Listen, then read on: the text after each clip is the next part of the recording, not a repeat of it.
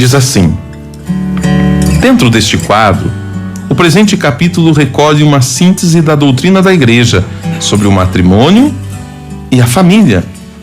Também, aqui citarei várias contribuições prestadas pelos padres sinodais nas suas considerações acerca da luz que a fé nos oferece. Então veja só, o que o Papa fez? São apontamentos daquilo que a Igreja já apresenta para o matrimônio e para a família, na sua doutrina. Então nós temos uma doutrina de fé, nós cristãos católicos temos ensinamentos que nós acolhemos da nossa Igreja. Pegou também essas contribuições que os padres sinodais, que são aqueles que participam das audiências, foram trazendo apontamentos também. O Papa reuniu tudo isso, que ele diz assim que foi à luz da fé que esses pensamentos vieram, e nos apresenta este capítulo. O Papa diz assim: eles partiram do olhar de Jesus, dizendo que olhou para as mulheres e os homens que encontrou com amor e ternura, acompanhando seus passos com verdade, paciência e misericórdia, ao anunciar as exigências do reino de Deus. Então veja, o que eles olhavam, qual era o ponto de partida? A luz que ilumina as reflexões era o olhar de Jesus. Como Jesus olhava para a realidade, como Jesus olhou para as mulheres, para os homens, e o que este olhar trazia?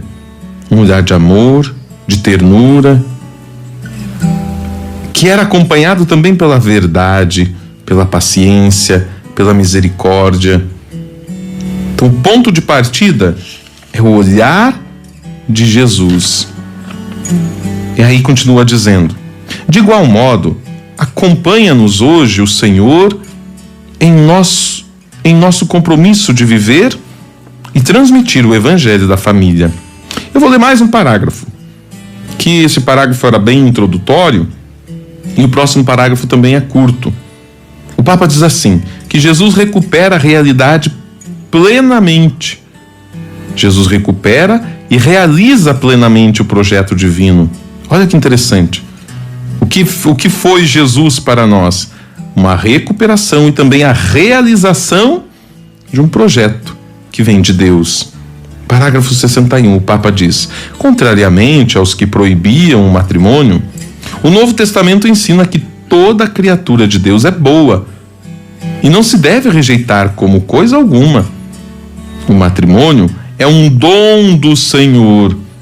Ao mesmo tempo em que se dá essa avaliação positiva, acentua-se fortemente a obrigação de cuidar deste dom divino. Bom, o que é um dom, né? Um dom é um presente. Se é um presente, Deus me deu.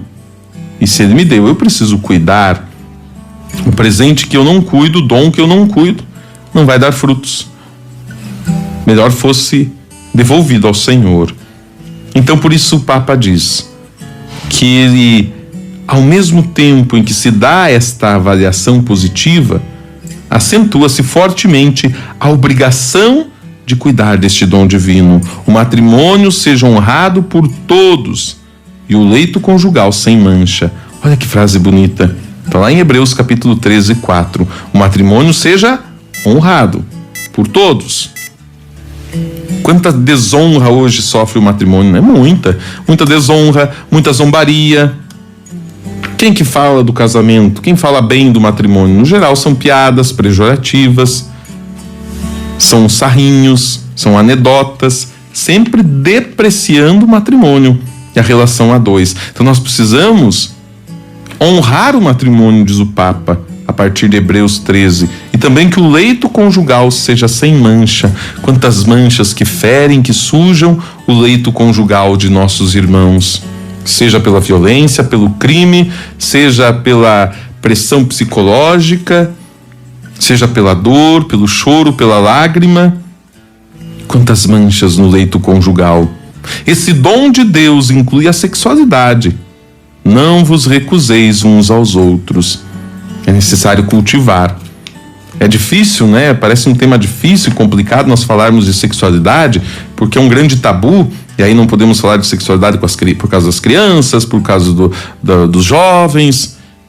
E aí acabamos nos omitindo. Não falamos por medo e aí nos omitimos. E o que acontece? Aí, um lugar que está vazio é ocupado por alguém. Se nós não falamos com nossos filhos, nossos adolescentes, jovens, crianças sobre este tema, outros vão falar. E vão falar da forma errada.